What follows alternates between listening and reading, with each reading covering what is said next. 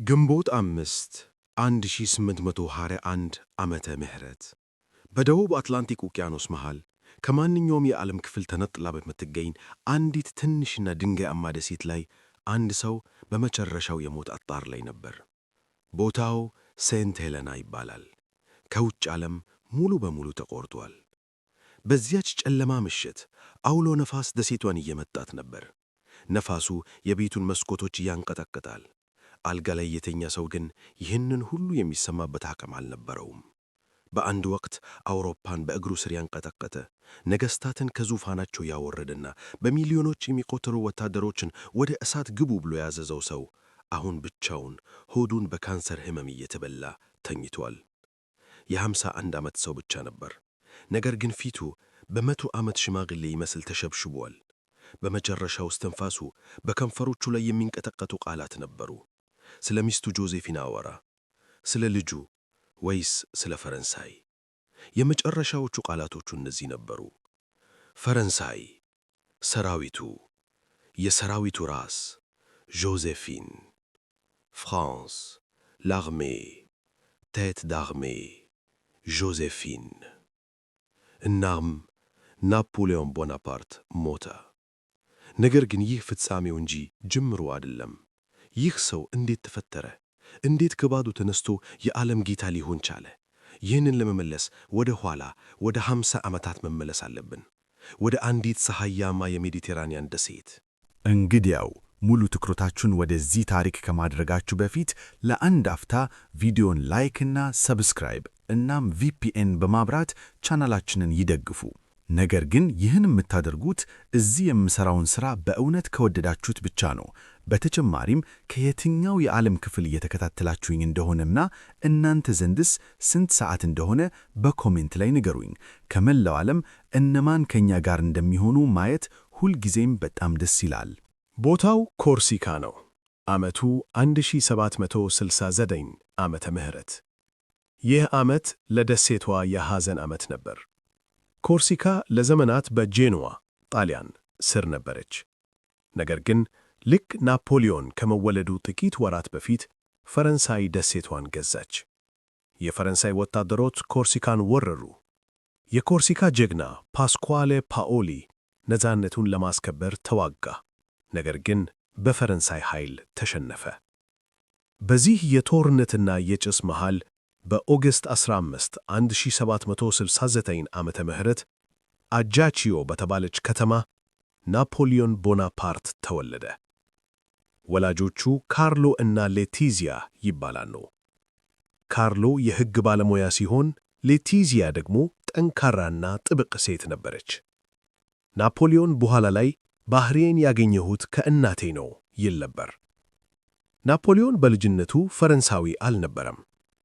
እንዲያውም ፈረንሳይን ይጠላ ነበር። ፈረንሳይን እንደ ወራሪ፣ አገሩን እንደ ቀድማ ጠላት አድርጎ ያያት ነበር። ቋንቋው ኮርሲካኛና ጣሊያንኛ ነበር። ስሙ ራሱ ናፖሊዮን ዲ ቡናፓርቴ ተብሎ በጣሊያንኛ ይጠራ ነበር። የናፖሊዮን አባት ካርሎ ቤተሰቡን ለማሳደግ ሲል ከፈረንሳይ ገዢዎች ጋር ወዳጅነት ፈጠረ። በዚህም ምክንያት የ9 ዓመቱ ናፖሊዮን ወደ ፈረንሳይ ሀገር ለትምህርት እንዲላክ ዕድል አገኘ። ይህ ለትንሹ ልጅ ትልቅ ዕድል ቢመስልም ቅጣት ሆኖበት ነበር። 1779 ዓመተ ምህረት ብራየን ወታደራዊ ትምህርት ቤት። እዚህ ቦታ ናፖሊዮን ብቻውን ነበር። የፈረንሳይ ልጆች በተለይም የመኳንንት ልጆች ያሾፉበት ነበር። ፈረንሳይኛ ሲናገር በሚሰማው የኮርሲካ ቅላጼ ይሳለቁበታል። ገለባው እያሉ ይጠሩታል። ናፖሊዮን በዚህ ጊዜ ተገለለ። ጓደኛ አልነበረውም። ነገር ግን ይህ ብቸኝነት አንድ ጠንካራ ማንነት ፈጠረበት። ከመጫወት ይልቅ ማንበብን መረጠ። ቤተ መጽሐፍት ውስጥ ተደብቆ ስለ ታላቁ እስክንድር፣ ስለ ጁልየስ ቄሳር እና ስለ ሃኒባል ያነብ ነበር። እኔም እንደነርሱ ታላቅ ሆናለሁ ብሎ ለራሱ ይናገር ነበር። አንድ ቀን ፈረንሳይን ተበቅዬ ኮርሲካን ነፃ አወጣለሁ ብሎ ያልም ነበር። በአንድ ወቅት በክረምት ወራት ትምህርት ቤቱ በበረዶ ተሸፈነ። ተማሪዎቹ የበረዶ ኳስ ጦርነት ስኖውቦል ፋይት ለማድረግ ተሰበሰቡ። ናፖሊዮን ይህንን እንደ ጨዋታ አላየውም፣ እንደ ጦርነት አየው።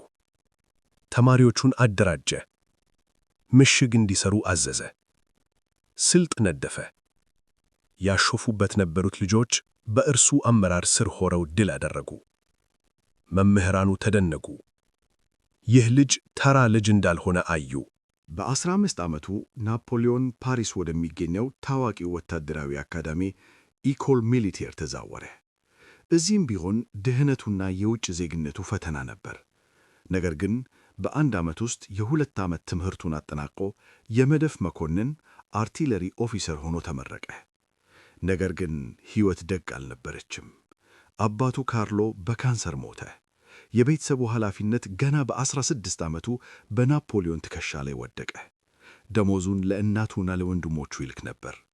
እሱ በቀን አንድ ጊዜ ብቻ እየበላ ይኖር ነበር።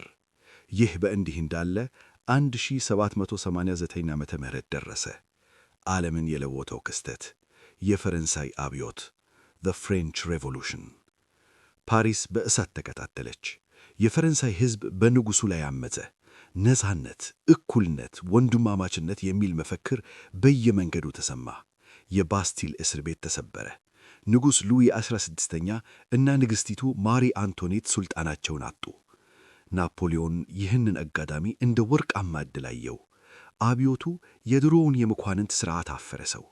አሁን ብቃት ያለው ሰው ሁሉ ዘሩና ሀብቱ ሳይጠየቅ ወደ ሥልጣን መውጣት ይችላል።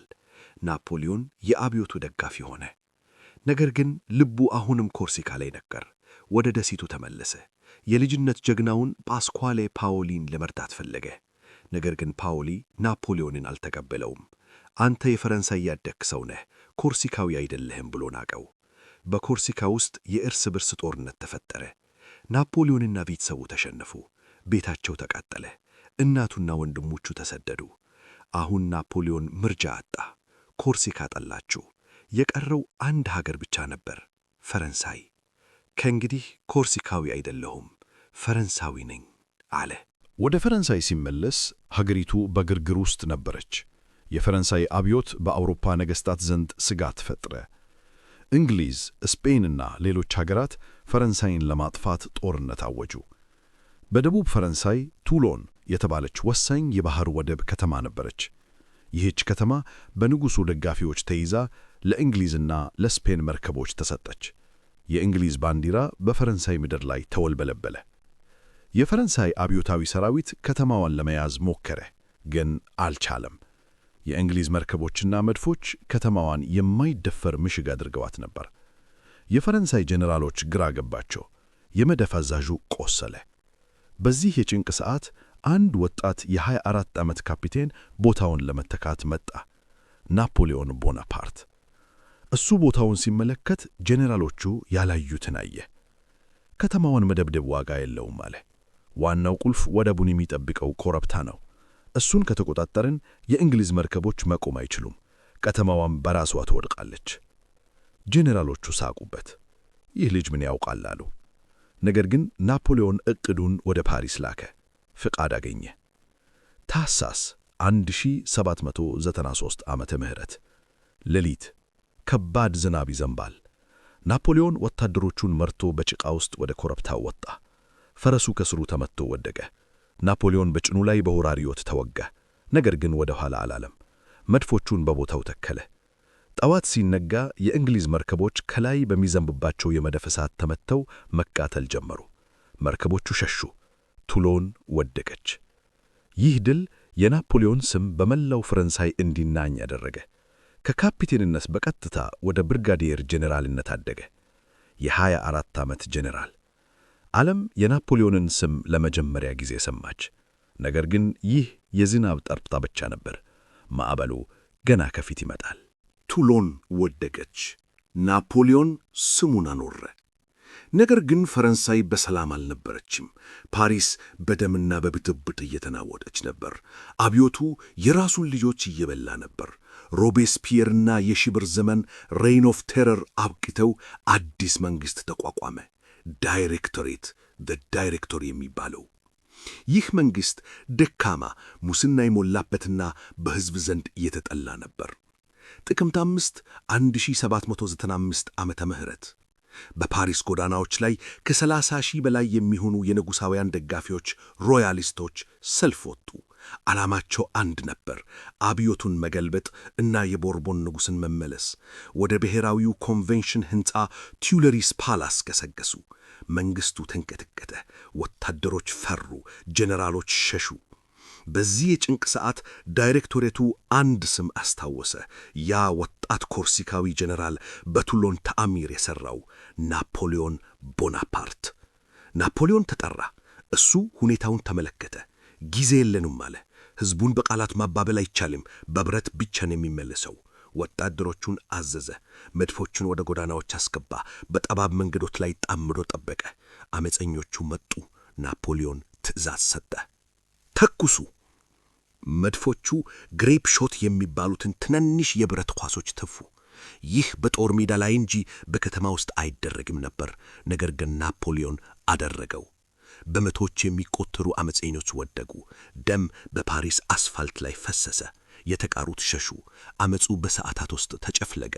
ናፖሊዮን በኋላ እንዲህ አለ፣ አንድ ጥሩ የባሩድ ሽታ ብቻ ነበር የሚያስፈልጋቸው። ይህ ድርጊት ናፖሊዮንን የፈረንሳይ አዳኝ አደረገው። የውስጥ ጦር ሰራዊት አዛዥ ሆኖ ተሸወመ። አሁን ስልጣን፣ ገንዘብ እና ክብር አለው። ነገር ግን አንድ ነገር ይጎድለዋል፣ ፍቅር። በፓሪስ ሳሎኖች ውስጥ አንዲት ሴት የናፖሊዮንን ልብ ሰረቀች። ጆሴፊን ደ ቦሃርናይስ። እሷ መበለት ነበረች። ባሏ በጊሎቲን ተገድሎባት 2 ልጆች አሏት፣ ከናፖሊዮን በ6 ዓመት የምትበልጥ። ጆሴፊን ውብ፣ ቀልጣፋ እና የፓሪስን የላይኛውን መደብ የምታውቅ ሴት ነበረች። ናፖሊዮን በመጀመሪያ እይታ ወደዳት። ደብዳቤዎችን ይጽፍላት ነበር። ያለ አንቺ መኖር አልችልም፣ እስትንፋሴ ነሽ ይላት ነበር። ጆሴፊን ግን ናፖሊዮንን ብዙም አልወደደችውም። ትንሹ ጀነራል እያለች ትጠራው ነበር። ነገር ግን የሱ ኃይልና የወደፊት ተስፋ ማረካት። በማጊት 9 1796 ዓመተ ምህረት ተጋቡ። ነገር ግን ናፖሊዮን ለጫጉላ ሽርሽር ጊዜ አልነበረውም። ከ2 ቀናት በኋላ ወደ ጦር ሜዳ ተጠራ፣ ወደ ጣሊያን። የጣሊያን ጦር አርሚ ኦፍ ኢታሊ። ይህ ጦር ስሙ ብቻ ነበር የሚያምረው። ወታደሮቹ በረሃብ የተመቱ፣ ጫንማ የሌላቸው፣ ደሞዝ ያላገኙ እና ሞራላቸው የወደቀ ነበሩ። ቁጥራቸው ከኦስትሪያና ከፒየድሞንት ሰራዊት ጋር ሲነጻጸር እጅግ ያነሰ ነበር። ናፖሊዮን ሲደርስ ጄኔራሎቹ ሳቁበት። ይህ የ26 ዓመት ልጅ ምን ሊያደርግልን ነው አሉ። ናፖሊዮን ግን ወታደሮቹን ሰበሰበ፣ ንግግር አደረገ።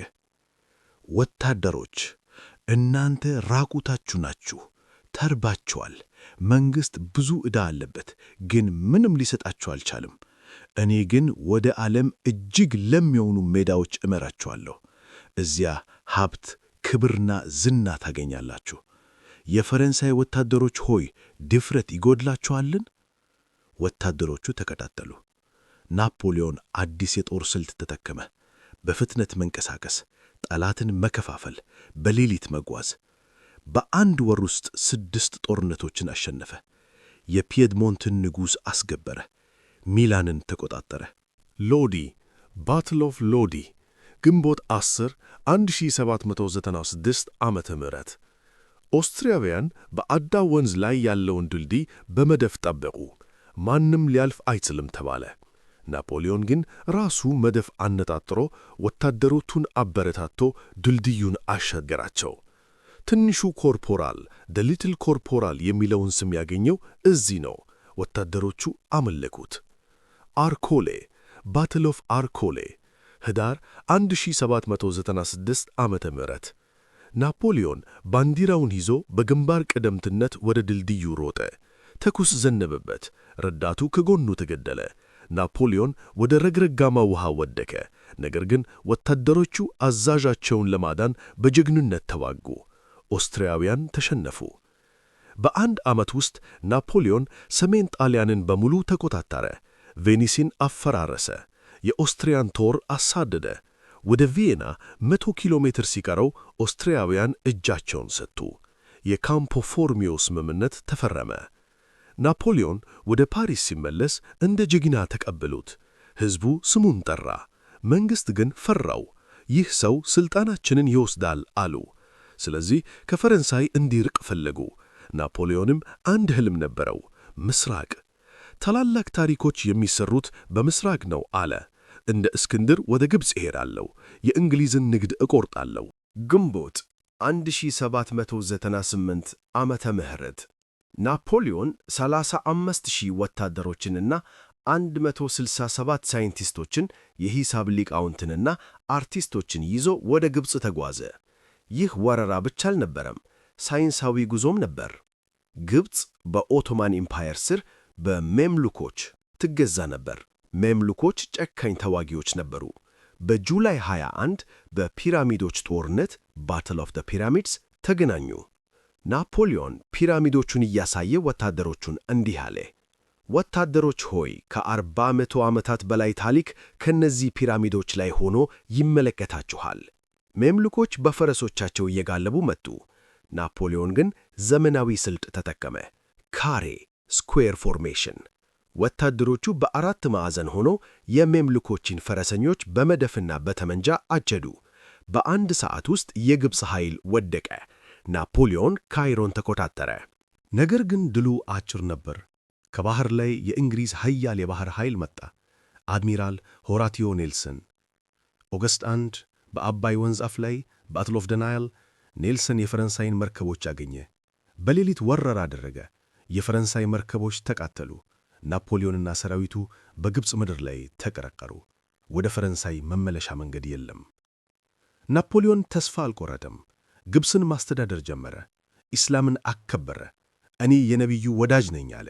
የሱዌዝ ቦይ እንዲቆፍር አዘዘ። ምንም እንኳን ባይሳካም ሳይንቲስቶቹ የሮዜታ ድንጋይን ሮዜታ ስቶን አገኙ። ይህ ድንጋይ የጥንቱን የግብፅ ጽሑፍ ሃይሮግሊፍስ ለመተርጎም ቁልፍ ሆነ። ነገር ግን ከፓሪስ መጥፎ ዜና መጣ። ፈረንሳይ በጦርነት እየተሸነፈች ነው። መንግሥት እየፈራረሰ ነው። ናፖሊዮን ወሰነ። ሰራዊቱን በግብፅ ትሎ በጥቂት ጓደኞቹ ታጅቦ በድብቅ በትንሽ መርከብ ወደ ፈረንሳይ ተመለሰ። ይህ ክህደት ነበር ወይስ ጀግንነት? ለፈረንሳይ ሕዝብ ግን እሱ አዳኝ ነበር። ወደ ፓሪስ ሲደርስ ሥልጣን ለመያዝ ተዘጋጀ። ጥቅምት 1799 ዓመተ ምህረት ናፖሊዮን በድብቅ ወደ ፓሪስ ተመለሰ። ፈረንሳይ በሞት አፋፍ ላይ ነበረች። ኢኮኖሚው ወድቋል። ሙስና ተስፋፍቷል። መንግሥቱ ዳይሬክተሪ በሕዝቡ ዘንድ ተነቋል። ሩሲያና ኦስትሪያ የፈረንሳይን ድንበር እያተቁ ነበር። በገጠር ውስጥ ሽፍቶች ነግሰዋል። ሕዝቡ ጠንካራ መሪ ይፈልግ ነበር። አንድ ሰይፍ ያስፈልገናል አሉ። ናፖሊዮን ወደ ከተማው ሲገባ ሰዎች በደስታ ተቀበሉት። ሰላምን ያመጣል፣ ድልን ያመጣል ብለው አመኑ። ነገር ግን ናፖሊዮን የመጣው ለሰላም ብቻ አልነበረም። የመጣው ለሥልጣን ነው። ከወንድሙ ሉሲያን ቦናፓርትና ከሌሎች ፖለቲከኞች ጋር በድብቅ መከረ። ይህ መንግሥት መሥራት አቁሟል፣ መለወጥ አለበት አለ። ዕቅዱ ቀላል ነበር። መፈንቅለ መንግሥት ኩዴታ። ህዳር 9 1799 ዓመተ ምህረት ወይም በአብዮቱ አቆጣጠር 18 ብሩሚየር ጠዋት ላይ ናፖሊዮን ወታደሮቹን በፓሪስ ዙሪያ አሰፈረ። ምክር ቤቱን ካውንስል ኦፍ 500 ወደ ሴንት ክላውድ ቤተ መንግሥት እንዲሄዱ አስገድዳቸው። ፓሪስ ውስጥ የብሪታንያ ሴራ አለ፣ እዚህ መቆየት አደጋ ነው ብሎ ዋሸ። በማግስቱ ናፖሊዮን ራሱ ወደ ምክር ቤቱ ገባ፣ ተናገረ። ተወካዮች ሆይ እናንተ በገደል ጫፍ ላይ ናችሁ። ሕገ መንግሥቱ ፈርሷል፣ ማንም አያከብረውም። እኔ ልታደጋችሁ መጥቻለሁ። ነገር ግን ተወካዮቹ ተቆጡ። አምባገነን ከሕግ ውጪ ነው ኦር ላ ሎዋ ብለው ጮኹበት። አንዳንዶቹ በጁቤ ሊወጉት ሞከሩ። ናፖሊዮን ተገፍቶ ወጣ። ፊቱ በደም ተሸፍኖ ነበር። በድንገት ራሱን ቧጭሮ ሊሆን ይችላል። ወታደሮቹ ግራ ተጋቡ። ጄኔራሉ ተሸነፈ አሉ። በዚህ የጭንቅ ሰዓት ወንድሙ ሉሲያን ቦናፓርት ሁኔታውን አዳነ። ሰይፉን መዘዘ እና በናፖሊዮን ደረት ላይ አነጣጠረ። ለወታደሮች እንዲህ አለ፣ ወንድሜ የፈረንሳይን ነጻነት የሚጋፋ ከሆነ በገዛ እጄ እወገዋለሁ። ግን እነዚህ ሰዎች የብሪታንያ ተላላኪዎች ናቸው፣ አስወጧቸው። ወታደሮቹ ተከታተሉ። ደቦር ተመታ። ወደ አዳራሹ ገቡ። ተወካዮቹ በመስኮት እየዘለሉ ሸሹ። መንግሥቱ ወደቀ። በዚያው ምሽት አዲስ መንግሥት ተቋቋመ። ኮንስላ፣ ካንስለት 3 ሰዎች መሪ ሆኑ። ግን እውነተኛው መሪ አንድ ሰው ብቻ ነበረ። የመጀመሪያው ኮንስል ፈርስት ካንስል ናፖሊዮን ቦናፓርት። የ30 ዓመት ወጣት የፈረንሳይ መሪነት ተረከበ። አብዮቱ አልቋል አለ። እኔ አብዮቱ ነኝ። ናፖሊዮን ስልጣን እንደያዘ እንደ አውሎ ነፋስ መስራት ጀመረ። በቀን 18 ሰዓት ይሠራ ነበር። ጸሐፊዎቹን ያደክማቸው ነበር። ፈረንሳይን እንደገና እገነባታለሁ አለ። ባንክ ኦፍ ፍራንስ ባንክ ደ ፍራንስ አቋቋመ። ገንዘቡን አረጋጋ። ትምህርት ቤቶችን ላይሲዝ ከፈተ። መንገድ ሠራ። ከሁሉም በላይ ግን አንድ ታላቅ ሥራ ሠራ። የናፖሊዮን ሕግ ኮድ ናፖሊዮን። እስከዚያ ጊዜ ድረስ ፈረንሳይ የተለያየና የተወሳሰበ ሕግ ነበራት። በሰሜን አንድ ሕግ፣ በደቡብ ሌላ ሕግ። ናፖሊዮን ሁሉንም ሰብስቦ አንድ ወጥ፣ ግልጽ እና ዘመናዊ ሕግ አወጣ። ሁሉም ሰው በሕግ ፊት እኩል ነው። ሃይማኖታዊ ነጻነት አለ። የንብረት መብት ይከበራል። ይህ ሕግ እስከ ዛሬ ድረስ የፈረንሳይና የብዙ የአውሮፓ ሀገራት የሕግ መሠረት ነው። ናፖሊዮን በኋላ እንዲህ አለ፣ የኔ እውነተኛ ክብር ያሸነፍኩት 40 ጦርነቶች አይደሉም። ዋተርሉ ሁሉንም ትዝታ ያጠፋል። ነገር ግን ለዘላለም የሚኖረው የኔ የፍትሐ ብሔር ሕግ ነው። ናፖሊዮን ሕዝቡን ለማስደሰት ሌላ እርምጃ ወሰደ። ሃይማኖት። ፈረንሳይ ከአብዮቱ በኋላ ካቶሊክ ቤተ ክርስቲያንን አሳዳ ነበር። ቄሶች ተገደለዋል። አብያተ ክርስቲያናት ተዘርፈዋል። ሕዝቡ ግን አምላኩን ይፈልግ ነበር። ናፖሊዮን ከርዕሰ ሊቃነ ጳጳሳቱ ጋር ስምምነት አደረገ። ኮንኮርዳት ኦፍ 1801። ካቶሊክ የብዙሃኑ ፈረንሳውያን ሃይማኖት ነው አለ። ቤተ ክርስቲያን ተከፈተች። ደወሎች እንደገና ተደወሉ። ገበሬዎች ናፖሊዮንን ባረኩ። ነገር ግን ሰላም አልነበረም። ኦስትሪያ አሁንም ትዋጋ ነበር። ግንቦት 1800 ዓመተ ምህረት ናፖሊዮን አንድ የማይታሰብ ነገር አደረገ። ሰራዊቱን ይዞ በረዶ በለበሰው የአልፕስ ተራሮች በኩል ወደ ጣሊያን ዘመተ፣ ልክ እንደ ሃኒባል። ወታደሮቹ መድፎችን በዛፍ ግንድ ውስጥ አስገብተው በገመድ እየጎተቱ ተራራውን ወጡ። ኦስትሪያውያን አልጠበቁም። በማረንጎ ጦርነት ባትል ኦፍ ማረንጎ ናፖሊዮን ተሸንፎ ነበር። ነገር ግን በድፍረትና በጀነራል ዴሴ እርዳታ ሽንፈትን ወደ ድል ቀየረ። ኦስትሪያ ተንበረከከች። እንግሊዝ የሰላም ስምምነት ፈረመች፣ ትሪቲ ኦፍ አሚየንስ። ለአጭር ጊዜ አውሮፓ ሰላም ሆነች። ናፖሊዮን አሁን በፈረንሳይ ሕዝብ ዘንድ እንደ አምላክ ይታይ ነበር። የመጀመሪያው ቆንስል ለሕይወት ዘመን ተባለ። ነገር ግን ይህ አልበቃውም። የቦርቦን ቤተሰብ ተመልሶ ሊመጣ ይችላል፣ ሥልጣኔን ማጽናት አለብኝ ብሎ አሰበ። ንጉሥ መሆን አልፈልግም፣ ንጉሠ ነገሥት ወይም ኢምፐረር መሆን ፈልጋለሁ። ታኅሳስ 2 1804 ዓመተ ምህረት ኖትርዳም ካቴድራል ፓሪስ። ቀኑ እጅግ ቀዝቃዛ ነበር። በረዶ ይወርድ ነበር። ነገር ግን በካቴድራሉ ውስጥ ወርቅና ቬልቬት ያበራ ነበር። ርዕሰ ሊቃነ ጳጳሳቱ ፒኤስ 7ኛ ከሮም መጥተው ነበር። ናፖሊዮንና ጆሴፊን በክብር ገቡ። ናፖሊዮን የቻርልማኝን ሰይፍ ጣጥቆ ነበር። የንጉሠ ነገሥት ቀሚስ ለብሷል። ሥርዓቱ ሲጀመር አንድ ያልተጠበቀ ነገር ተፈጠረ። እንደ ልማዱ ጳጳሱ ዘውዱን አንስቶ የንጉሡን ራስ ላይ ማድረግ ነበረበት። ይህ ማለት ሥልጣን ከእግዚአብሔር ነው ማለት ነው። ነገር ግን ናፖሊዮን ጠበቀ። ጳጳሱ ዘውዱን ሲያነሱ ናፖሊዮን በእጁ ተቀበላቸው። ዘውዱን ከጳጳሱ እጅ ወስዶ በገዛ እጁ በራሱ ራስ ላይ ደፋው። ይህ ድርጊት ለአውሮፓና ለዓለም ያስተላለፈው መልእክት ግልጽ ነበር። ይህንን ዘውድ ያገኘሁት በራሴ ጥረት፣ በራሴ ሰይፍ እና በፈረንሳይ ሕዝብ ፍቃድ ነው። ከማንም በታች አይደለውም። ከዚያም ዘውዱን አንስቶ በሚስቱ በጆሴፊን ራስ ላይ አደረገ።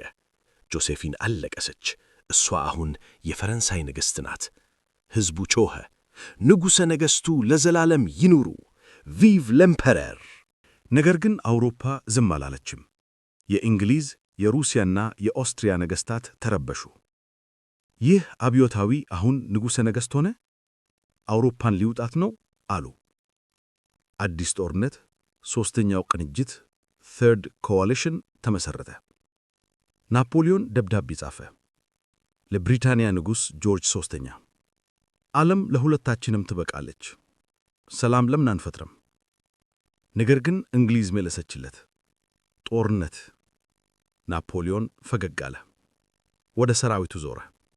ያ አዲሱ የተደራጀውና በዓለም ላይ ታይቶ የማይታወቀው ጦር ላግራንድ አርሚ። እንግዲያውስ ይምጡ አለ ናፖሊዮን። ኦስተርሊት ላይ እንገናኝ። ላግራንድ አርሜ። ይህ ስም ብቻውን የጠላትን ልብ ያርበደብር ነበር። ናፖሊዮን ፈረንሳይን ብቻ ሳይሆን ጦርነትን ራሱ ቀይሮ ነበር። በፊት የነበረው ጦርነት እንደ ቼስ ጨዋታ ቀስ ብሎ የሚካሄድ ነበር። አሁን ግን ናፖሊዮን ፍጥነትን፣ ብልሃትንና ጭካኔን አቀላቀለበት። ወታደሮቹ በየቀኑ 40 ኪሎ ሜትር ይጓዙ ነበር። በጀርባ ቦርሳቸው ውስጥ ምግብ፣ ጥይትና የናፖሊዮንን ፍጥር ይዘው ይጓዙ ነበር። እነርሱ ለንጉሥ ወይም ለገንዘብ ሳይሆን ለክብር፣ ለአግሎዋር እና ለናፖሊዮን ይሞቱ ነበር። 1805 ዓመተ ምህረት መተው። ናፖሊዮን የፈረንሳይን ጦር ከእንግሊዝ ወረራ ስጋት አንስቶ በመብረቅ ፍጥነት ወደ መካከለኛው አውሮፓ አዞረው። አውስትሪያና ሩሲያ ተባብረው ፈረንሳይን ሊያጠፉ ተዘጋጅተው ነበር። ግን ናፖሊዮን ቀደማቸው። በኡልም ከተማ የአውስትሪያን ጀነራል ማክን ከበበው። አንድም ጥይት ሳይተኩስ 60,000 የአውስትሪያ ወታደሮችን ማረከ። ማክ ሰይፉን ለናፖሊዮን ሲሰጥ እንዲህ አለ፣ እኔ አሳዛኙ ጀነራል ማክ ነኝ። ናፖሊዮን መለሰለት፣ እኔ ደግሞ የፈረንሳይ ንጉሠ ነገሥት ነኝ። ነገር ግን ይህ ጅምር ብቻ ነበር። የሩሲያ ጦር በዛር አሌክዛንደር አንደኛና በጀነራል ኩቱዞቭ እየተመራ እየመጣ ነበር። የአውስትሪያ ንጉሠ ነገሥት ፍራንሲስ ሁለተኛ ከእነርሱ ጋር ተቀላቀለ። ሦስቱ ነገሥታት በአንድ ታላቅ ጦርነት ሊገናኙ ነበር። ታኅሳስ 2 1805 ዓመተ ምህረት ኦስተርሊትስ። ይህ ቀን የናፖሊዮን ንጉሠ ነገሥት ሆኖ የተሾመበት 1ኛ ዓመት መታሰቢያ ነበር። አሁን ግን የልደት ስጦታው ጦርነት ነበር። ቦታው በሞራቪያ አሁን ቼክ ሪፐብሊክ ይገኛል። በረዶው ምድሩን ሸፍኖታል። ጭጋግ ሸለቆውን ሞልቶታል። ናፖሊዮን አንድ ብልህ ወጥመድ አዘጋጀ። ቀኝ ክንፉን ሆን ብሎ አዳክመው። ጠላቶቹ ናፖሊዮን ደክሟል፣ እንጨርሰው ብለው አሰቡ። የሩሲያና የኦስትሪያ ጦር ልክ እንደ ጎርፍ ወደ ናፖሊዮን ቀኝ ክንፍ ወረደ። ኮረብታውን ፕራትስን ሃይትስ ለቀው ወረዱ። ይህ ትልቅ ስህተት ነበር። ናፖሊዮን የጠበቀው ይህንን ነበር። ጠዋት ላይ ፀሐይ ጭጋጉን ስትገፈው የኦስተርሊትስ ፀሐይ the son of ኦስተርሊትስ ወጣች። ናፖሊዮን ለአዛዦቹ ትእዛዝ ሰጠ። አሁን እነርሱ በእጃችን ናቸው። አንድ ሹል መተና ጦርነቱ ያልቃል። ማርሻል ሱልት ወታደሮቹን ይዞ ወደ ባዶው ኮረብታ ወጣ። የሩሲያ ጦርን ለሁለት ከፈለው። ናፖሊዮን ከመሃል ሆኖ መታቸው። ከቀትር በኋላ የሩሲያና የኦስትሪያ ጦር ተበታተነ። ብዙዎቹ በረዶ በለበሰው የሳቻን ሐይቅ ወይም ሳቻን ፖንድስ ላይ ለመሸሽ ሞከሩ። ናፖሊዮን መድፈኞቹን አዘዘ። በረዶውን ምቱት። መድፎቹ በረዶውን ሰባበሩት። በሺዎች የሚቆጠሩ ወታደሮችና ፈረሶች በሚቀዘቅዘው ውሃ ውስጥ ሰጠሙ። ኦስተርሊትስ የናፖሊዮን ድንቅ ሥራ። በማግስቱ የኦስትሪያ ንጉሠ ነገሥት መጥቶ ሰላም ለመነ። የቅዱስ ሮማን ኢምፓየር ወይም ሆሊ ሮማን ኢምፓየር ለ1000 ዓመታት የቆየው ግዛት አበቃ። ናፖሊዮን ፈረሰው። ሩሲያ አፈገፈገች። ናፖሊዮን ለወታደሮቹ እንዲህ አለ፣ ወታደሮች ሆይ በእናንተ ኮርቻለሁ። ወደ ቤታችሁ ስትመለሱ እኔ በኦስተርሊትስ ነበርኩ ብላችሁ ብቻ ተናገሩ። ያን ጊዜ ሰዎች እነሆ ጀግና ይሏቸዋል። ነገር ግን ሰላም ብዙ አልቆየም። ፕሩሺያ ታላቁ ፍሬድሪክ የገነባት ወታደራዊ ሀገር የናፖሊዮንን ኃይል ፈራች። ንግሥት ሉዊዝ ባሏን ንጉሥ ፍሬድሪክ ዊልያምን ለጦርነት አነሳሳቸው። ናፖሊዮን ጭራቅ ነው፣ ማቆም አለብን አለች። ፕሩሺያ ለናፖሊዮን ማስጠንቀቂያ ላከች። ከጀርመን ምድር ውጣ አለች። ናፖሊዮን ሳቀ።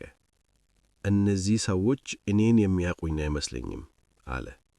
በ1806 ዓመተ ምህረት ጥቅምት ናፖሊዮንና ማርሻል ዳቮ የፕሩሺያን ጦር አገኙ።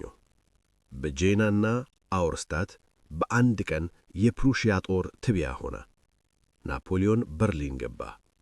በታላቁ ፍሬድሪክ መቃብር ላይ ቆሞ ለጄኔራሎቹ እንዲህ አለ፣ ባርኔታችሁን አውልቁ። እሱ በሕይወት ቢኖር ኖሮ እኛ እዚህ አንቆምም ነበር። አሁን ናፖሊዮን የመላው አውሮፓ ጌታ ሆነ። ነገር ግን አንድ ጠላት ቀረ። ያቺ ደሴት እንግሊዝ። እንግሊዝን በጦር መውጋት አይችልም፣ ምክንያቱም የናፖሊዮን የባሕር ኃይል በትራፋልጋር በአድሚራል ኔልሰን ተደምስሶ ነበር። ኔልሰንም ሞተ፣ ግን እንግሊዝን አዳነ። ናፖሊዮን የባሕርን ኃይል አጣ፣ የብስ ብቻ ቀረ። ስለዚህ ናፖሊዮን አዲስ ጦርነት አወጀ። የኢኮኖሚ ጦርነት፣ የአህጉር ሥርዓት፣ ኮንቲኔንታል ሲስተም። በርሊን ላይ ሆኖ አዋጅ አወጣ። ማንም የአውሮፓ ሀገር ከእንግሊዝ ጋር እንዳይነግድ፣ የእንግሊዝ መርከቦች ወደ አውሮፓ ወደቦች እንዳይገቡ፣ እንግሊዝን በረሃብ እንቀጣታለን። ይህ ዕቅድ ትልቅ ነበር። አውሮፓን በሙሉ አንድ ማድረግ፣ እንግሊዝን ማሽመድመድ። ነገር ግን ይህ ዕቅድ ሁለት ችግሮች ነበሩት። አንድ፣ አውሮፓውያን የእንግሊዝን ምርቶች ይፈልጉ ነበር። ቡና፣ ስኳር፣ ጨርቃጨርቅ። ኮንትሮባንድ ተስፋፋ። ሁለት፣ አንዳንድ ሀገራት እምቢ አሉ። ፖርቱጋል እምቢ አለች። ሩሲያ አመነታች። ሰኔ 1807 ዓመተ ምህረት ፍሪድላንድ፣ ባትል ኦፍ ፍሪድላንድ። ናፖሊዮን የሩሲያን ጦር እንደገና አሸነፈ። ዛር አሌክዛንደር ሰላም ፈለገ። በኔማን ወንዝ ላይ በታንኳ ውስጥ ተገናኙ። ሁለቱ ወጣት ነገሥታት ተቃቀፉ። ዓለምን ለሁለት ለመካፈል ተስማሙ።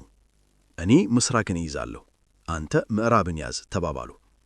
የቲልሲት ስምምነት፣ ትሪቲ ኦፍ ቲልሲት። ናፖሊዮን በክብሩ ጣራ ላይ ደረሰ። አውሮፓ በእግሩ ስር ናት። ቤተሰቦቹን በየሀገሩ ንጉሥ አደረገ። ወንድሙ ጆዜፍ በኔፕልስ፣ ሉዊ በሆላንድ፣ ጄሮም በዌስትፋሊያ።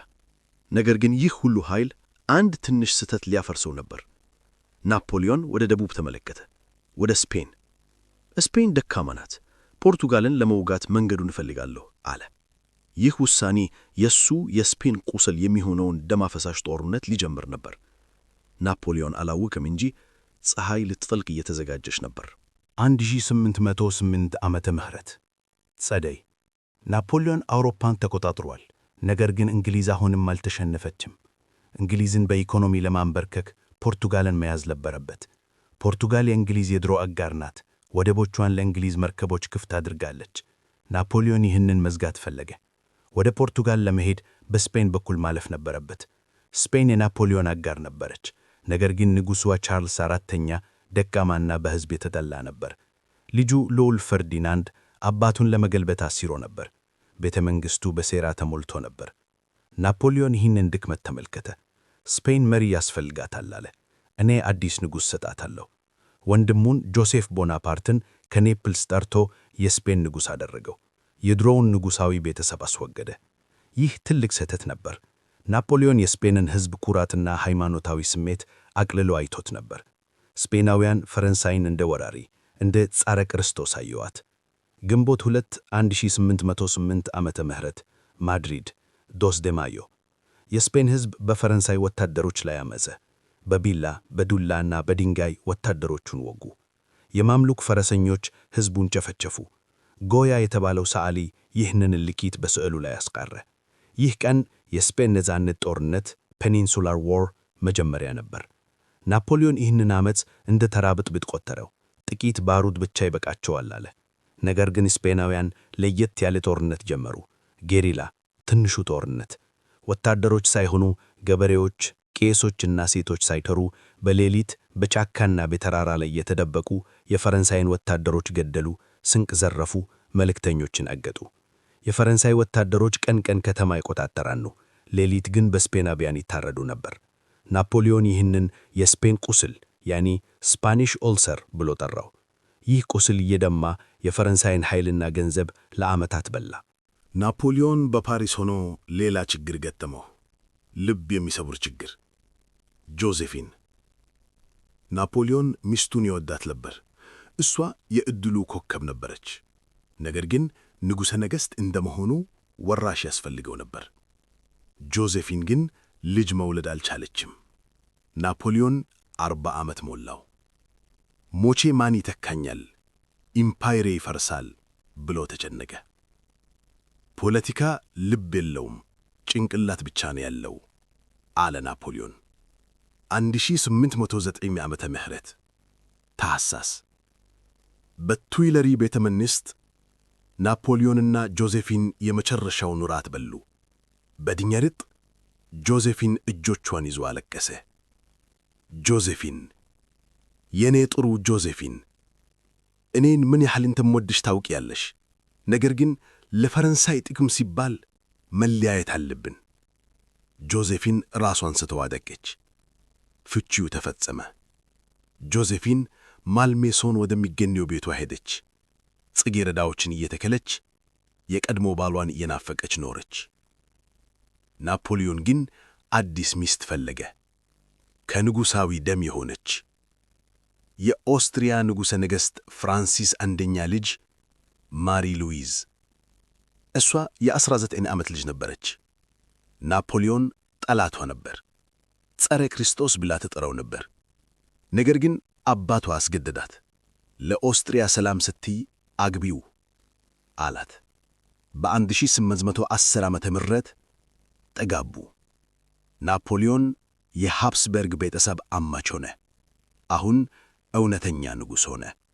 መጋቢት 20 1811 ዓመተ ምህረት መድፍ 101 ጊዜ ተተኮሰ። ፓሪስ በደስታ ተሞላች። ናፖሊዮን ወንድ ልጅ ወለደ። የሮም ንጉሥ ኪንግ ኦፍ ሮም ብሎ ሰየመው። ናፖሊዮን ሁለተኛ። አሁን ኢምፓየሩ ደህንነቱ ተጠበቀ። ወራሽ አለ። ናፖሊዮን ልጁን በፍቅር አቅፎ አሁን የወደፊቱ ጊዜ የኔ ነው አለ። ነገር ግን ደስታው አጭር ነበር። በምስራቅ የቲልሲት ስምምነት እየፈራረሰ ነበር። የሩሲያ ዛር አሌክዛንደር አንደኛ ተኮትቷል። ናፖሊዮን የፖላንድን ግዛት ግራንድ ዱቺ ኦፍ ዋርሶ እንደገና አቋቁሞ ነበር።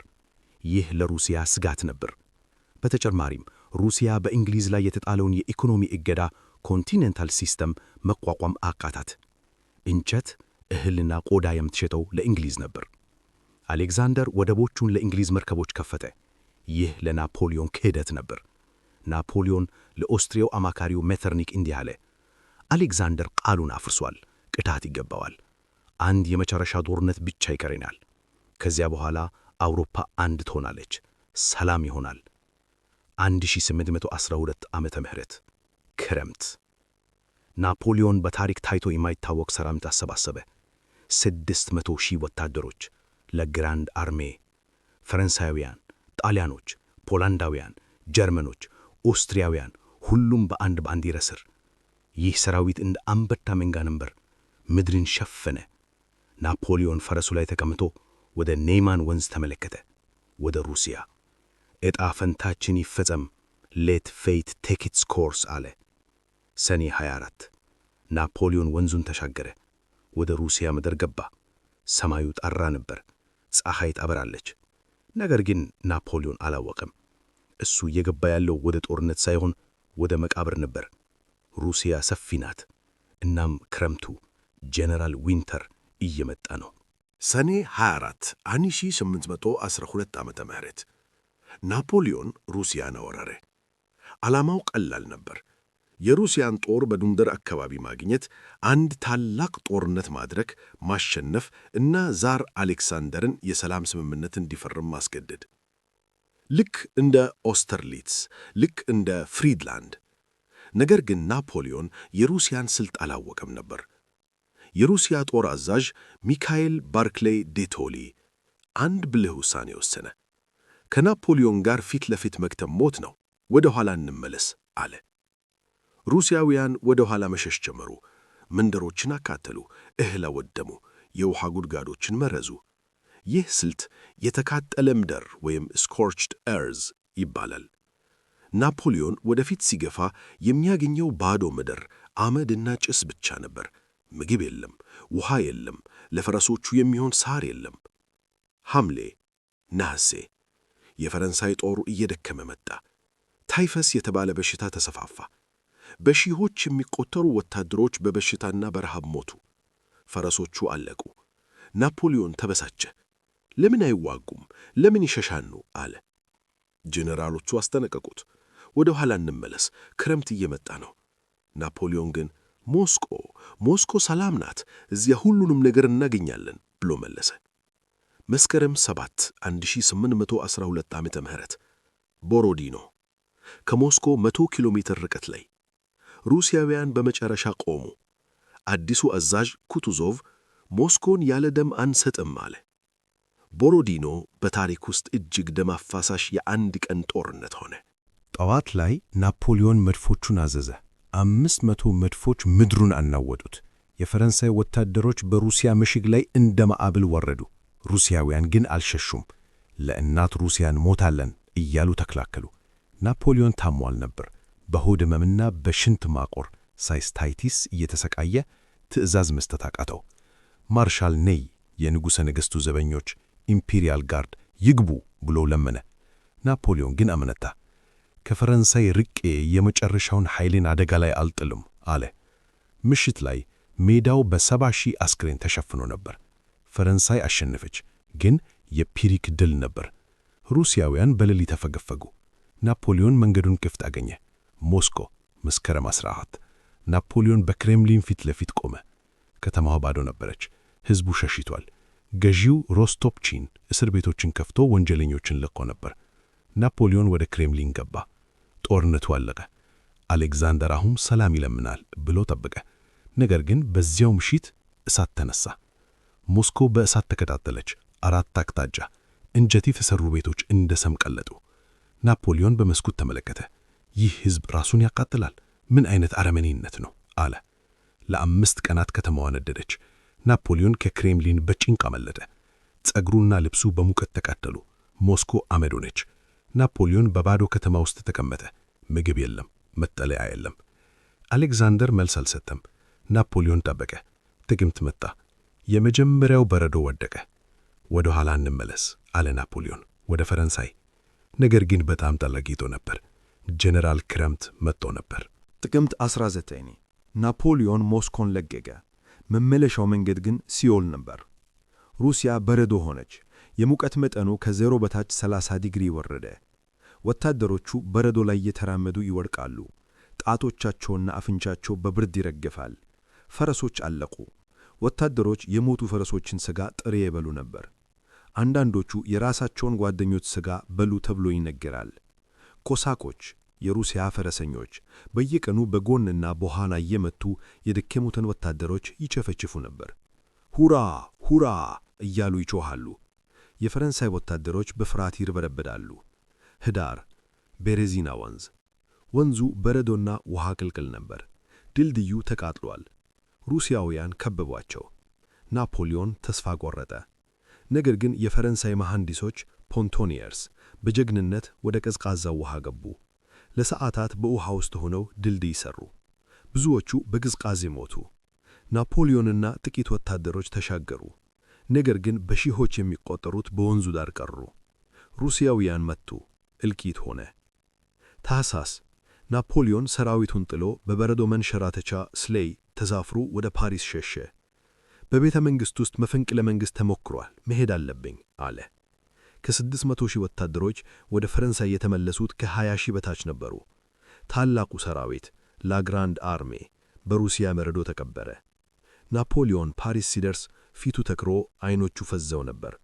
ሚኒስትሮቹ ጠየቁት፣ ሰራዊቱ የት አለ? ናፖሊዮን መለሰ፣ ሰራዊቱ የለም። ይህ የናፖሊዮን ውድቀት መጀመሪያ ነበር። አውሮፓ ሽንፈቱን አየች። ፍርሃት ጠፋ። ፕሩሺያ፣ ኦስትሪያ፣ ሩሲያ፣ ስዊድን፣ እንግሊዝ ሁሉም አንድ ላይ ሆኑ። ስድስተኛው ቅንጅት ሲክስት ኮአሊሽን ናፖሊዮንን ለማደን ተነሱ። 1813 ዓመተ ምህረት ፓሪስ። ናፖሊዮን ተመልሷል። ነገር ግን እሱ የቀድሞ ናፖሊዮን አልነበረም። ታላቁ ሰራዊቱ ላግራንድ አርሜ በሩሲያ በረዶ ተቀብሯል። ፈረንሳይ በሐዘን ተሞልታለች። እናቶች ያለቀሱ ናቸው። ልጆቻችን የት አሉ እያሉ ይጠይቃሉ። ናፖሊዮን ግን መልስ የለውም። እሱም ያስበው አንድ ነገር ብቻ ነው፣ አዲስ ሰራዊት። በፍጥነት ወጣቶችን መመልመል ጀመረ። የ16ና የ17 ዓመት ልጆች ማሪ ሉዊዝ ተብለው ይጠሩ ነበር። ልምድ የሌላቸው፣ መሳሪያ መተኮስ የማያውቁ፣ ግን ለንጉሠ ነገሥታቸው ለመሞት የተዘጋጁ። ናፖሊዮን ፈረሶች አልነበሩትም፣ መድፎችን አነሱ። ግን አውሮፓ አልጠበቀችም። ሩሲያ፣ ፕሩሺያ፣ ኦስትሪያ፣ ስዊድን እና እንግሊዝ አንድ ላይ ሆኑ። ስድስተኛው ቅንጅት። ዓላማቸው ናፖሊዮንን ከሥልጣን ማውረድ ብቻ ሳይሆን ፈረንሳይን መውረር ነበር። ጥቅምት 1813 ዓመተ ምህረት ላይፕዚግ፣ ጀርመን። እዚህ ቦታ በታሪክ ታይቶ የማይታወቅ ጦርነት ተካሄደ። የብሔሮች ጦርነት፣ ባትል ኦፍ ኔሽንስ። 300,000 የቅንጅቱ ወታደሮች ከ190,000 የፈረንሳይ ወታደሮች ጋር ተጋጠሙ። ናፖሊዮን ተከበበ። ለ3 ቀናት ተዋጋ። ድልድዩን ለማፈንዳት ሲሞክር ኮርፖራሉ በስህተት ቀድሞ አፈነደው። በሺዎች የሚቆጠሩ የፈረንሳይ ወታደሮች በወንዙ ማዶ ቀሩ፣ አለቁ። ናፖሊዮን ተሸነፈ፣ ወደ ፈረንሳይ አፈገፈገ። 1814 ዓመተ ምህረት ክረምት። ጠላቶች የፈረንሳይን ድንበር ተሻገሩ። ናፖሊዮን በፈረንሳይ ምድር ላይ ካምፔን ኦፍ ፍራንስ ተአምር ሠራ። በትንሽ ሰራዊት 5 ጊዜ አሸነፈ። ነገር ግን ጠላቶቹ እንደ አንበጣ መንጋ ብዙ ነበሩ። ፓሪስ ተከበበች። የናፖሊዮን ማርሻሎች ኔይ፣ ማክዶናልድ፣ ሌፌቨር ሁሉም ደከሙ። ናፖሊዮን ፎንቴን ብሉ ቤተ መንግሥት ውስጥ ተቀምጦ ወደ ፓሪስ እንሂድ አለ። ማርሻሎቹ ግን እምቢ አሉ። ሰራዊቱ አይታዘዙም አሉ። ናፖሊዮን ተቆጣ። ሰራዊቱ ይታዘዘኛል። ኔይ መለሰለት፣ ሰራዊቱ ለአዛዦቹ ይታዘዛል። ናፖሊዮን ተረዳ። ሁሉም ነገር አበቃ። ሚያዝያ 6 ናፖሊዮን ከሥልጣን ወረደ። መርዝ ጠጥቶ ለመሞት ሞከረ። ነገር ግን መርዙ አርጅቶ ስለነበር አስታወከው እንጂ አልገደለውም። ሞት እንኳን አይፈልገኝም አለ። ሚያዝያ 20 በቤተ መንግሥቱ ጓሮ የመሰናበቻ ንግግር። የድሮ ዘበኞቹን ኦልድ ጋርድ ሰበሰበ።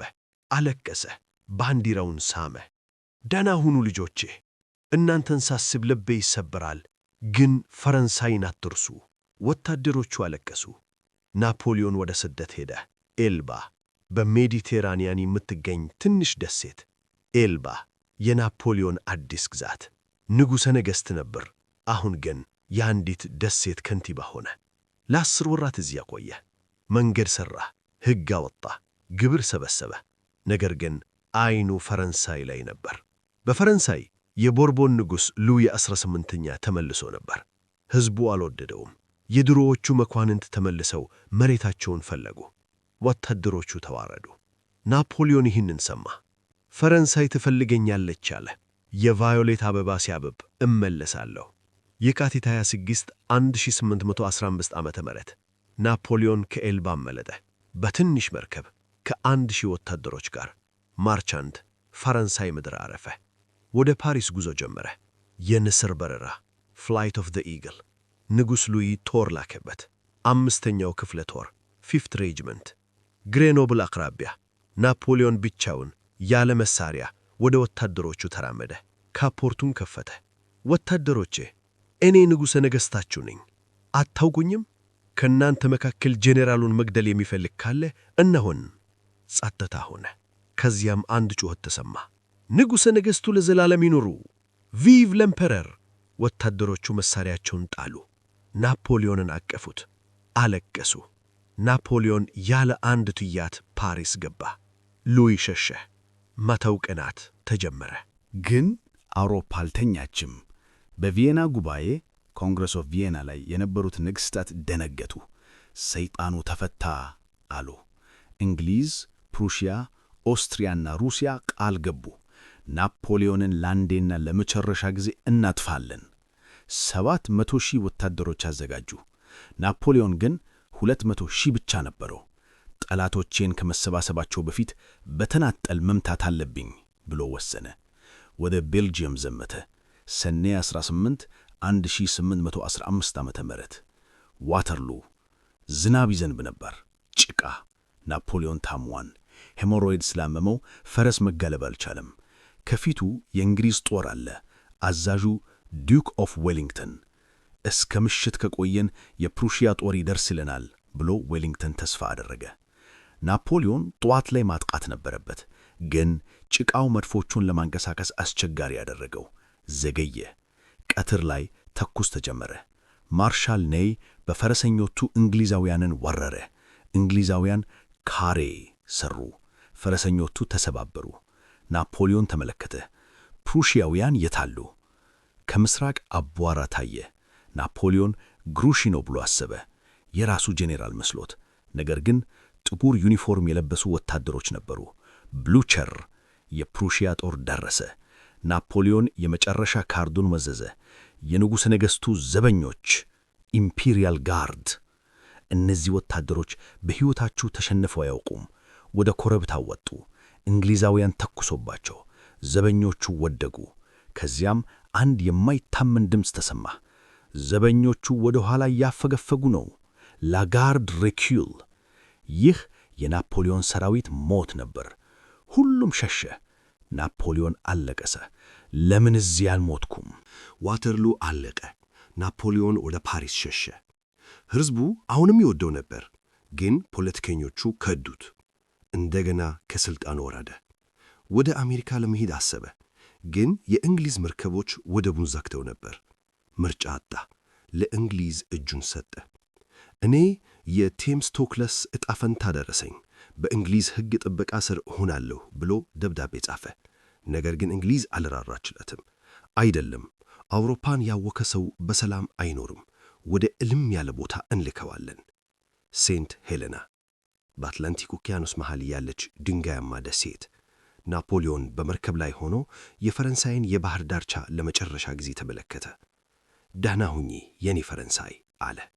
መርከቧ ወደ ጨለማው ባህር ገባች። ጥቅምት 15 1815 ዓመተ ምህረት HMS ኖርተምበርላንድ የተባለች የእንግሊዝ መርከብ ናፖሊዮንን ይዛ ሴንት ሄሌና ደሴት ደረሰች። ቦታው ከፈረንሳይ 7000 ኪሎ ሜትር ይርቃል፣ ከብራዚል 2000 ኪሎ ሜትር። በመሃል ውቅያኖስ ላይ ያለች በእሳተ ገሞራ የተፈጠረች ጥቁር ድንጋያማ ደሴት። ናፖሊዮን ወደቡን ሲመለከት ልቡ ቀዘቀዘ። ይህ እስር ቤት አይደለም፣ መቃብር ነው አለ። እንግሊዛውያን ናፖሊዮንን ያሳረፉት በሎንግውድ ሃውስ ነበር። ይህ ቤት ቀዝቃዛ፣ እርጥበት የበዛበትና በአይጦች የተሞላ ነበር። ነፋሱ ሁልጊዜ ይነፍሳል፣ ጉም ይሸፍነዋል። የደሴቲቱ ገዢ ሰር ሃድሰን ሎው ናፖሊዮንን እንደ ተራ እስረኛ ይቆጥረው ነበር። ጄኔራል ቦናፓርት ብሎ ይጠራው ነበር። ንጉሠ ነገሥት ማለትን እምቢ አለ። ናፖሊዮን ይህንን ስድብ አልወደደውም። እንግሊዝ አካሌን ልትገድል ትችላለች፣ መንፈሴን ግን አትሰብርም ይል ነበር። ናፖሊዮን ቀኑን ሙሉ በመሰልቸት ያሳልፍ ነበር። ጧፍ ይነሳል፣ ይታተባል፣ ቁርስ ይበላል፣ ከዚያም ያነባል። የእንግሊዝ ጋዜጦችን ያነብ ነበር፣ ግን ስለሱ የሚወራው ሁሉ ስድብ ነበር። ከሰዓት በኋላ ጓደኞቹን ይሰበስብ ነበር። ጄኔራል በርትራንድ፣ ላስካዜስ። እነዚህ ሰዎች ከእርሱ ጋር ወደ ስደት የመጡ ታማኞች ነበሩ። ናፖሊዮን ታሪኩን ይነግራቸው ነበር፣ እነርሱም ይጽፉ ነበር። ታሪክ እውነቱን ይናገራል አለ ናፖሊዮን። እኔ አምባገነን አልነበርኩም። አውሮፓን አንድ ለማምረክ ሞከርኩ። ሕግ ሰጠኋቸው፣ ነፃነት ሰጠኋቸው። እነርሱ ግን አልተረዱኝም። እነዚህ መጻሕፍት በኋላ ላይ የሴንት ሄሌና ማስታወሻዎች ሜሞሪያል ደ ሴንት ሄሌና ተብለው ተተሙ። ናፖሊዮንን ከሞት በኋላ ጀግና አደረጉት። 1817 ዓመተ ምህረት ናፖሊዮን መታመም ጀመረ። ሆዱን ያመው ነበር፣ ያቅለሸልሸዋል፣ ቀኝ ጎኑን ይወጋዋል። እንግሊዛውያን ዶክተሮች ምንም የለበትም የውሸት ነው አሉ። ገዢው ሎው ለማምለጥ ዘዴ እየፈለገ ነው አለ። ነገር ግን ናፖሊዮን እየቀለጠ ነበር። ወፈረ፣ ፊቱ ተበላሸ። ካንሰር ነው አለ ለራሱ። አባቴም በዚህ ነው የሞተው። 1821 ዓመተ ምህረት መጋቢት ናፖሊዮን አልጋ ላይ ዋለ። መነሳት አቃተው። ሕመሙ ሊቋቋሙት የማይቻል ነበር። በዚያን ጊዜ አንድ ኮሜት ወይም እህልንት በሰማይ ላይ ታየ ተባለ። ልክ ሲወለድ እንደታየው ናፖሊዮን የመጨረሻ ኑዛዜውን ጻፈ። አመድ ሁኜ በምወዳት ፈረንሳይ ምድር በሴይን ወንዝ ዳርቻ መቀበር እፈልጋለሁ። ግንቦት 5 1821 ዓመተ ምህረት ምሽት ደሴቲቱ በአውሎ ነፋስ ትናወጥ ነበር። ዛፎች ይነቀሉ ነበር። ናፖሊዮን በመጨረሻው ሰዓት ላይ ነበር። ተለዋውጦ ያወራ ነበር። ስለ ጦርነት፣ ስለ ልጁ፣ ስለ ጆዜፊን። ፈረንሳይ፣ ሰራዊቱ፣ የሰራዊቱ ራስ ጆዜፊን። ፍራንስ፣ ላርሜ፣ ቴት ዳርሜ፣ ጆዜፊን። 11 ሰዓት ከ49 ደቂቃ 5:49 ፒኤም ናፖሊዮን ቦናፓርት ሞተ። የ51 ዓመት ሰው። እንግሊዛውያን በሴንት ሄሌና ቀበሩት። በመቃብሩ ላይ ስም አልጻፉም።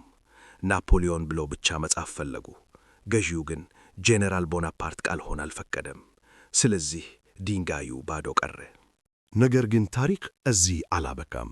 ከ19 ዓመታት በኋላ በ1840 ዓመተ ምህረት የፈረንሳይ ንጉሥ ሉዊ ፊሊፕ የናፖሊዮንን አስክሬን ወደ ፈረንሳይ እንዲመለስ ፈቀደ። የአመድ ጉዞ ሬቱር ዴ ሳንድረስ። አስክሬኑ ሲወጣ ናፖሊዮን ልክ እንደተኛ ሰው ነበር። አልበሰበሰም። መርከቧ ፈረንሳይ ስትደርስ በሚሊዮን የሚቆጠሩ ሰዎች በረዶና ቅዝቃዜ ሳይበግራቸው ወጡ። አሮጌ ወታደሮች ያለቀሱ፣ ንጉሠ ነገሥቱ ተመለሰ እያሉ ጮኹ። ፓሪስ ሌስ ኢንቫሊድስ። ናፖሊዮን በወርቅና በእብነ በረድ በተሠራ መቃብር ውስጥ አረፈ። ዛሬም ድረስ በዚያ ቦታ ተኝቷል። ናፖሊዮን ቦናፓርት ማን ነው? እርሱ የፈረንሳይ አብዮት ልጅ ነው። አውሮፓን ያንቀጠቀጠ ጀግና፣ ሚሊዮኖችን የገደለ ጨካኝ፣ ሕግ የሰጠ አስተዳደራዊ ሊቅ። እርሱ ባይኖር ኖሮ ዛሬ አውሮፓ ምን ትመስል ነበር? የናፖሊዮን ሕግ፣ ኮድ ናፖሊዮን፣ ሜትሪክ ሲስተም፣ የትምህርት ሥርዓት፣ ብሔራዊ ባንክ፣ እነዚህ ሁሉ የእርሱ ትሩፋቶች ናቸው። ጣሊያንና ጀርመን አንድ ሀገር እንዲሆኑ መሠረት የጣለው እርሱ ነው። ግንቦት 5 ቀን በሞተበት ሰዓት አንድ ዘመን አበቃ። ናፖሊዮን በሕይወቱ ሲናገር እንደነበረው ሞት ምንም አይደለም፣ ነገር ግን ተሸንፎና ተዋርዶ መኖር በየቀኑ መሞት ነው። ናፖሊዮን ተሸንፎ ነበር፣ ግን ተዋርዶ አልኖረም። በሴንት ሄሌና ድንጋይ ላይ ሆኖ የራሱን ታሪክ ጻፈ። እናም ያ ታሪክ ከሰይፉ ይልቅ ኃያል ሆነ። ይህ የናፖሊዮን ቦናፓርት ሙሉ ታሪክ ነው።